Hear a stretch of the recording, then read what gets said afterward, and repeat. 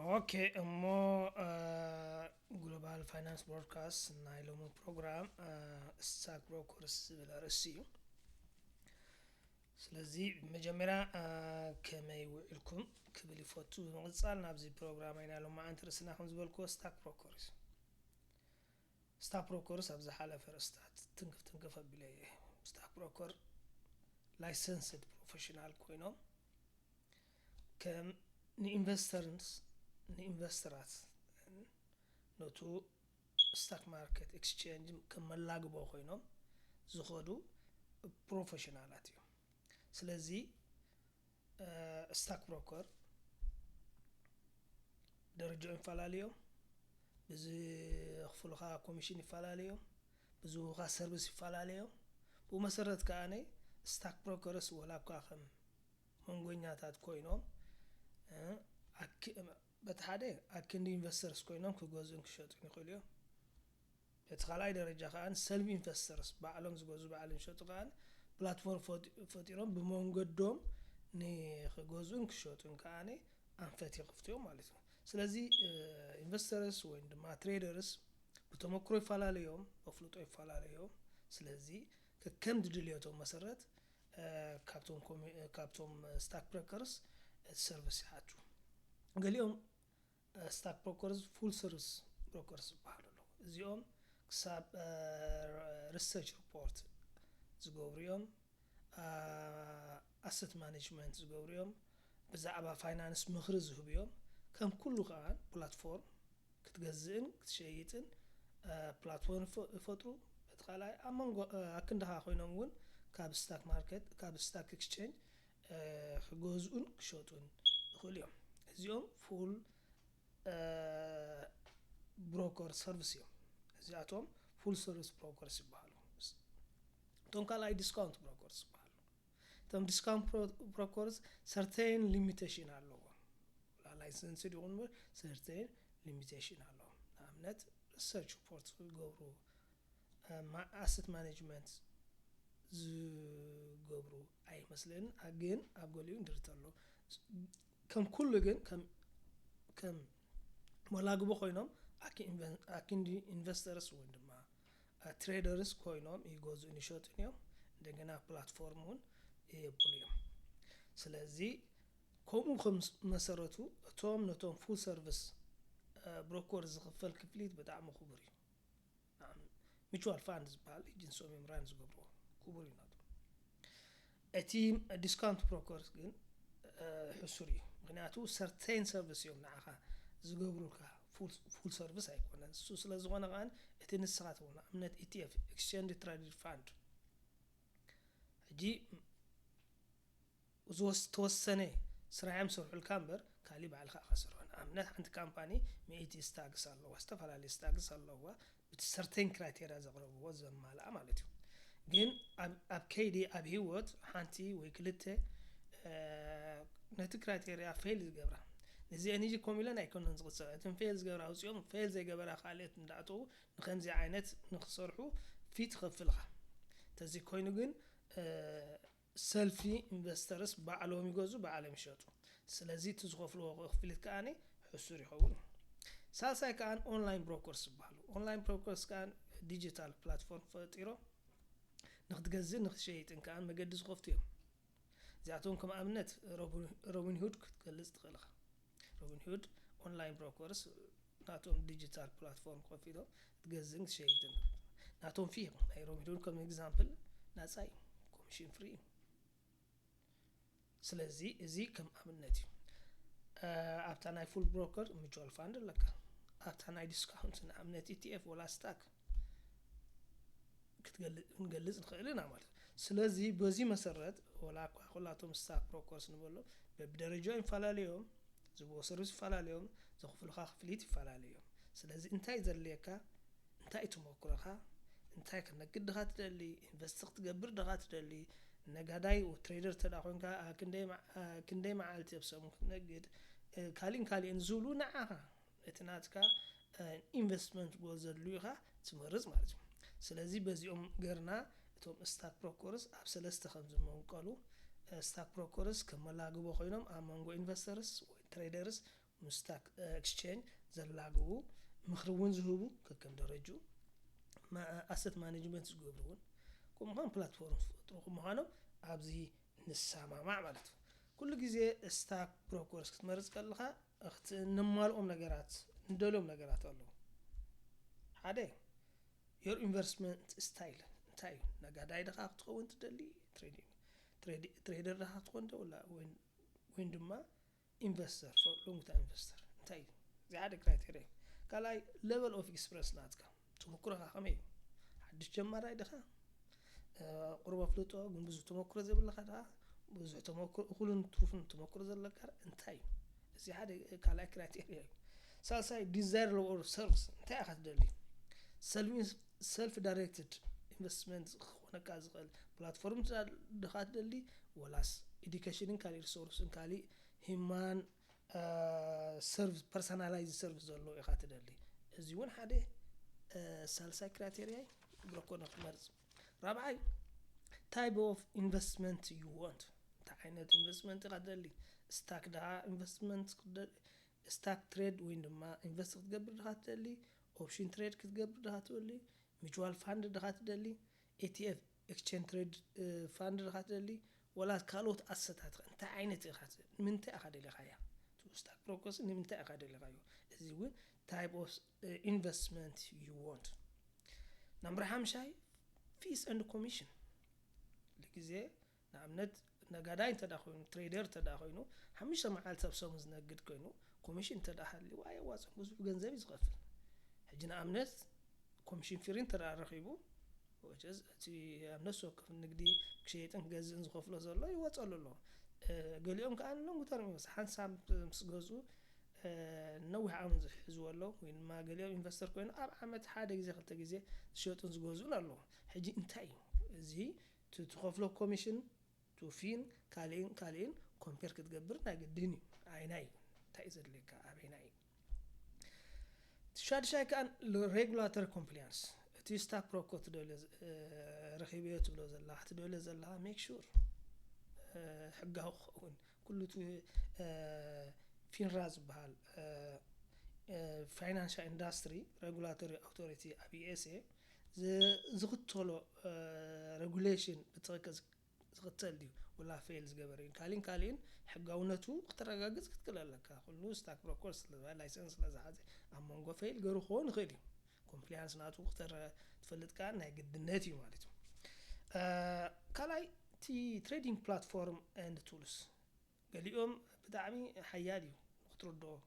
تناتهم platform نقولهم كان user friendly قليل تفضل تاخذ مهارة تصنعه practice قبله قليل سلازي كمية ناتهم platform سي user friendly دي ولا complex زيون كتصنعه تفضل تاخذ لك كلمة مرازك نجرشة customer support ويدما customer service هذا جزء زون حتون concern كله خلوك خلي دويل كاد بإيميل بزخانة كم شجركا وين مناتك concern كملوا سيخلو ديوم خزي عين سيرفيس اللهم دي خان كتصنع أنا قدناتي شي جنتاي زليكا جي كله زي تمر دمرن حسكا هذا ستاك بروكر تمرز جي كدغمن قداماي your investment style تخلاي level of experience ناتكاي ساساي desired level of services you اترابعي type of investment you want خمسة fees and commissions شاي regulatory compliance شاوعي trading platform and tools مجرشا customer support إزي نجارات كلهم رئيخا حادة ستاك بروكر تمرز سلازي انتايز لك عينايو تفلت كتقول لك أبز سعزي أبز حجي جزء ني جمرتي trader كون investors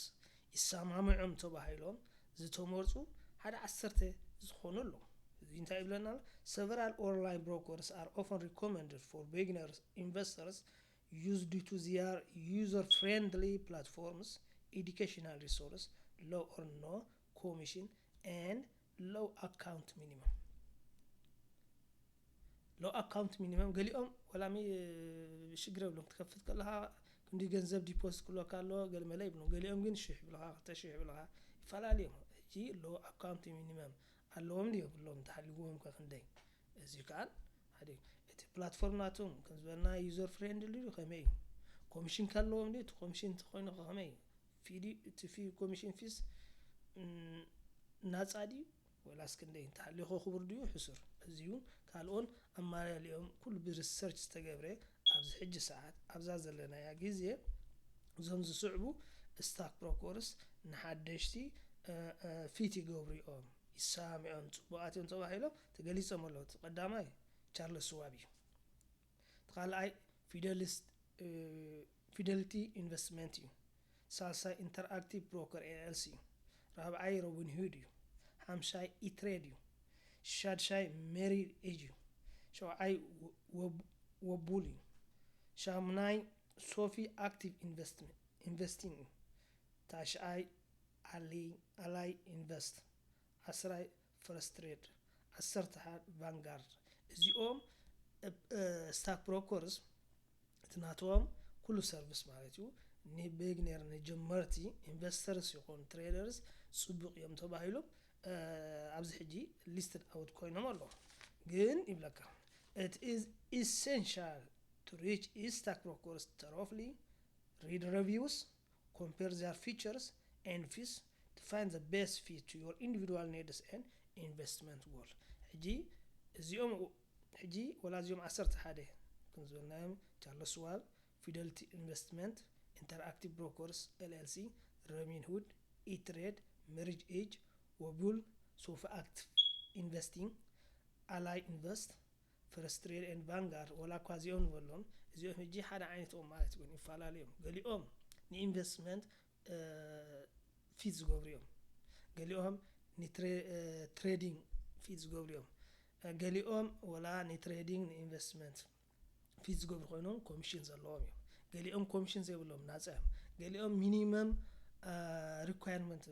አካውንት ናቶም አካውንት ምስኦም ክትከፍት ሚኒመም አማውንት ክህልወካ ዘለዎ ክትከፍት ሓትዮም ገሊኦም ዘይብሎም እዚ ሁሉ ግን ከተጽንዖ ክትኽለለካ ካልኣይ ከንዝበልናዮ ሬጉላቶሪ ኮምፕላያንስ ሕጋውነቶም ክትጽንዕ ክትኽለጥ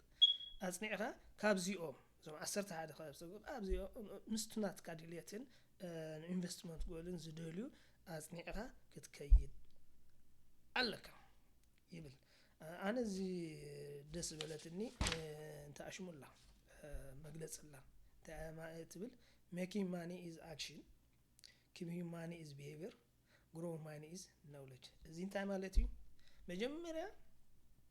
ክትሰርሕ ኣለካ ገንዘብ ክትገብር እቲ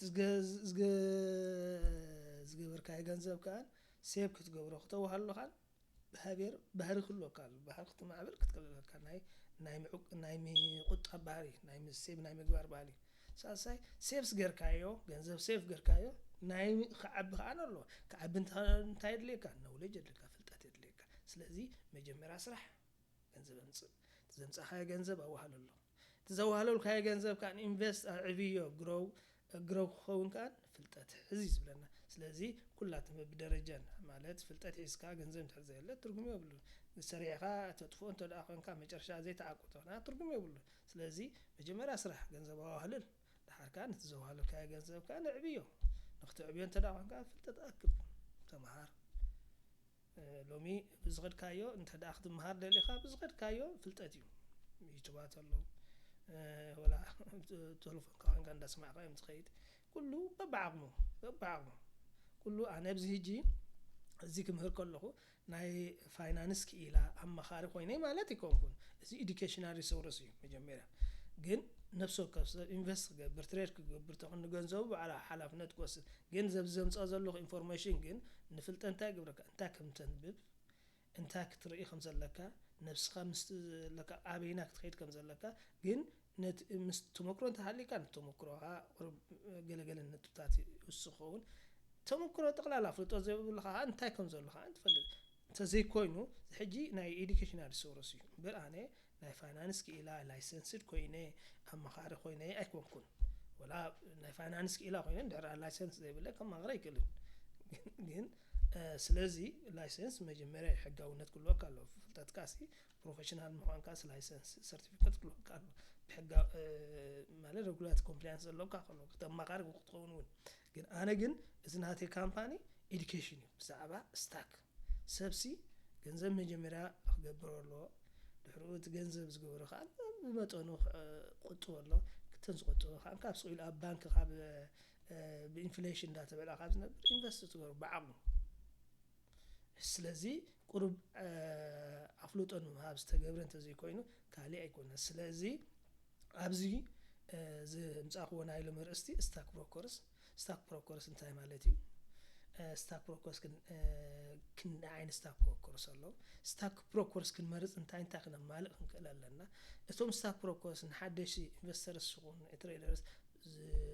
بهال بعلمانيا نساتهم امنو سوكوفهم اتينا ناتهم ريفيو كنفلت لخنا صنعهم كنكلا لنا مستنا ناديلت يخدو دي مسانيهم لسنا لنا بدحرو إنا اتي حادث دلنايو نمرز مالتي سلازي بخمزي تكايدا زي خانه educational سورسيو ابزي ريتون مخرن كل خون ابتي كومنتس مقداف سبسكرايب كان يترسو لايك غورو شير غورو ምክንያቱ እንድሕዳ ፈቲኹሞ ካልኦቱን ከማኹም ዝመሰሉ ንኽሪእዎ ሼር ላይክ ግበሩ ሳብስክራይብ ትገርኩም ከዓ ንዓኹም ኣይጎደኩምን ሳብስክራይብ ኣይትኸፍሉሉ ኣይተብሉሉ ንዓይ ግን እቲ ዝስራሕዎ እንታይ ከም ዝሰፋሕ ይኸውን ስለዚ ንዓይ እንዳልክለ ሓገዝ እዩ ንዓኹም ግን ወላ ሓንቲ ክሊክ ሳብስክራይብ ክሊክ ገርካስ ምንም ትኸፍሉ ሳንቲም የብልኩም ወላ ድኻም እውን የብልና ብስለ ዝኾነ ብኸምዚ ገርና ንተሓገዝ رئيتون تعليقات على comment section قدفو نايلومي ارستي ابزي تود thank you